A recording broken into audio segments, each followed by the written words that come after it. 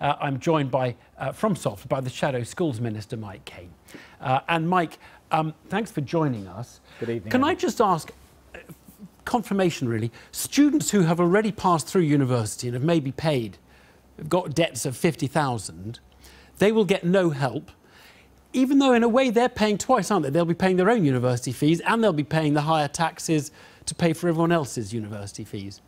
Well, the average debt for students leaving university, Evan, is around about £45,000, and that's come about because under the last government, tuition fees were tripled, nursing bursaries were abolished, and also the maintenance grant for our poorest students, many of us, like myself, who relied on that to go to university, was also scrapped in direct violation to the last Tory manifesto. So that's why we've got the huge level of toxic debt. Can I just be clear in our that the graduate population? Your plan is for people to pay higher taxes, and you say those taxes will fall on the very wealthy. It's to pay higher taxes to pay for university tuition.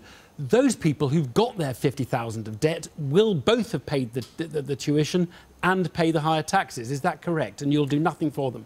Well, unlike the Conservatives, we've obviously got a fully costed manifesto. Right. So the key thing here will be that... So no help for them, though? Well, it's not costed in your manifesto, certainly. We have the most indebted students, graduates, upon the planet currently living in a toxic debt cycle. For instance, in my constituency, I have 3,000 people with 3,000 families with 5,000 children in those families living in toxic debt. We are now creating a middle-class toxic I think debt everyone understands cycle of students, and the nation just can't afford that going forward. £80 billion worth of student debt now among that generation, and the government's already saying it won't be able to collect £1 in £4 of that debt. So the policy clearly isn't working. Okay, Mr. Kane, you said the party policy is costed.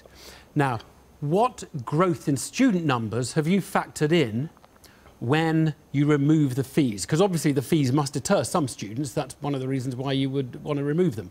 What growth in student numbers are you factoring in your costings? Well, you were asking about the implementation. This obviously starts in autumn 18-19 because there's no way we'll be able to get this in for the students starting next autumn, although we will retrospectively pay off those student loans for those students starting in the forthcoming autumn term. This is costed around 400,000 students, 366,000 of them are full-time, around 44,000. Have you factored in growth of students? I'm sorry to interrupt, but I don't want to go through the basic costings. Have you factored in growing student numbers as a result of this policy, or are you expecting that the numbers will not grow? Well, currently, because of the toxic debt, universities can't fill their places, Evan, and that is the problem. So this is costed at around 400,000 students. Now, is it not the case? And part-time. Sorry to interrupt. Education. We haven't got much time, and I really want to push you on this. Is it not the case that student numbers will grow, or is it your plan to limit the numbers of students who will go to university and put a cap and say it's 400,000 or whatever the number is? Well, as a constituency MP, Brexit taught me three things. People are worried about their skills, they're worried about emigration, and they're worried about the changing pace of technology in the workplace. People feeling left behind. This is a policy designed for the 21st century that people don't feel left behind. I was testing this on the doorstep today. I'm so sorry. I'm so sorry. I'm going to interrupt. I just asked about, will you ration the number of places at university? No, there's no cap. No cap. No cap on the number, any number. No cap on the number. Will you ration We will relieve any pressure that comes about because we've already made commitments in higher and further education. So but I just want could go to... But that then means, will you tell universities that will you stop their departments expanding? Can universities just expand their departments as they like and be paid for every student who goes there? Because that's very different to as it was when we had no fees.